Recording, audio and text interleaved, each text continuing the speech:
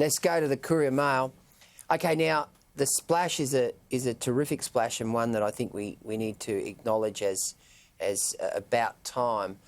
But I want to farewell Sir Lou Edwards tonight, Caleb. Mr Expo had the great pleasure of meeting Sir Lou on a number of occasions, and he presided over that wonderful 1988 World Expo. He was the figurehead. He ran the show, and he was just the youngest cabinet minister at the time, 37, back in the 70s. Very close confidant of Sir Joh Bjelke-Petersen.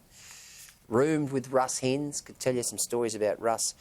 But anyway, he died last night at the age of 85. Fails Sir Lou Edwards. Now, the splash, time to end the abuse. Taskforce calls for a range of new measures and laws in fight to stop horrific attacks on women and kids. A criminal offence of coercive control, a register of domestic violence offenders, and the strict monitoring of perpetrators with the same conditions placed on serial paedophiles are among a raft of options being proposed by the state's DV task force. The Women's Safety and Justice Task Force has suggested 13 options it says could help to address Queensland's domestic violence crisis. Is asking for feedback, declaring no option is off the table. This is great work by this particular task force, Caleb, and I can't wait to see their final report, which is scheduled to come down in early 2022. Indeed, and many of these proposals have my full support. I mean, you know, who could argue against a register of domestic violence perpetrators?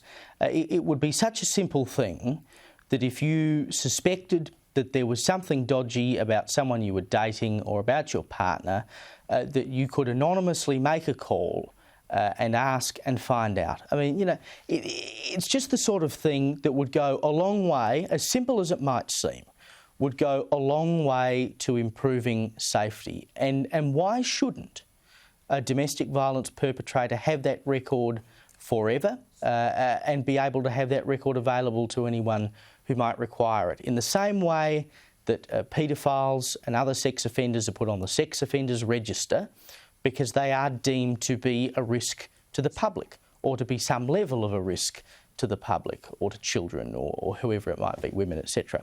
And it's exactly the same here. We know, because you see it over and over again, that the people who perpetrate domestic violence tend to have a pattern of doing so. You know, it's not generally a one-off thing.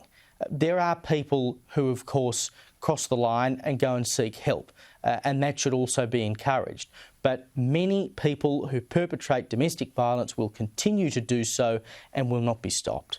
And so anything that can be done to make people safer, whether that be longer sentences that are commensurate with the damage that domestic violence perpetrators do, should be considered, as should a register of domestic violence perpetrators. It is one of the worst crimes, behind murder and rape, one of the worst crimes anyone could possibly commit.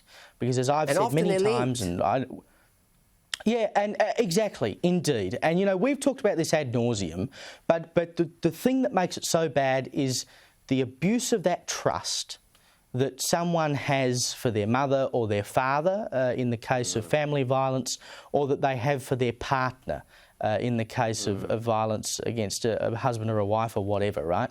You know, it's just the abuse of that trust, someone you are supposed to love, is what makes it so much worse. And that's why people stick around in these situations, because they don't feel like they can leave, because they know that they're in danger, but they love this person. You know, it is such a terrible situation, and we should be doing everything we can as a country to stop it.